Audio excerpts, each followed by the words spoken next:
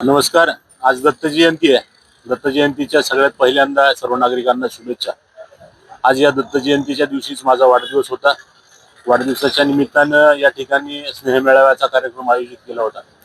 त्याला प्रभागातील हजारो नागरिक या ठिकाणी उपस्थित राहिले.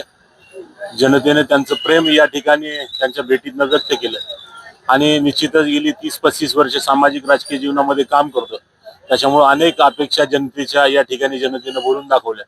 कारण या ठिकाणी सत्तेमध्ये नसताना मी करत आलेलो काम ते जनतेला भावलेलं दिसतंय आणि त्याच्यातनंच जनतेनं माझ्याकडनं काही अपेक्षा ठेवल्यात की येणाऱ्या काळामध्ये माझ्यासारखा कार्यकर्ता पुणे महानगरपालिकेमध्ये असावा आणि पुणे महानगरपालिकेकडनं या ठिकाणी गेले अनेक वर्ष जे विषय राहिलेले आहेत त्याच्यामध्ये रस्त्याचा विषय असेल, पाण्याचा विषय असेल, स्वच्छतेचा विषय असेल, शैक्षणिक संकुलांचा विषय असेल, ज्या ज्या गोष्टी समाजासाठी गरजेच्या आहे आणि या भागातलं सामाजिक राजकीय वातावरण, सामाजिक सलोखा चांगला राहावा याच्यासाठी ज्या पद्धतीचं काम करणं गरजेचं आहे ते काम करण्याची इच्छा जनतेनं माझ्याकडनं बोलून दाखवली. ते काम मी निश्चित इथून पुढच्या काळामध्ये करेन.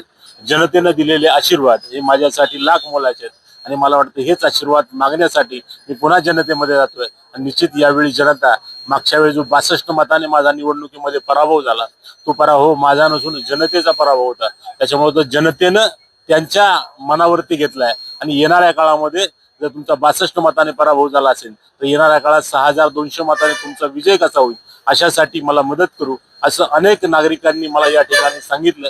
त्यांनी शुभेच्छा दिल्या. त्याबद्दल त्या सर्व नागरिकांची या ठिकाणी मी आभार मानतो आणि येणाऱ्या काळामध्ये या प्रभागासाठी आणि आपल्या भागासाठी काम करण्याची मी या ठिकाणी संकल्प सोडतो आणि येणाऱ्या काळामध्ये हडपसर आणि हडपसर भागाचा विकास एवढा एकच ध्यास ठेवून मी येणाऱ्या काळामध्ये भारतीय जनता पार्टीचं काम करणार आहे. यावेळी अनेक भागातले नेते मंडळी, नागरिक, नगरसेवक, आजी माजी आमदार मला भेटून गेले आणि आत्ताच माननीय देशाचे केंद्रीय मंत्री आमचे सहकारी मित्र मुरली अण्णा मोहोळ यांनी देखील दिल्लीला असतानाही फोन करून मला माझ्या वाढदिवसाच्या शुभेच्छा दिल्या आणि राजकीय काम इथून पुढच्या काळामध्ये चांगल्या पद्धतीने व्हावं अशी सदिच्छा आणि शुभेच्छा दिल्या.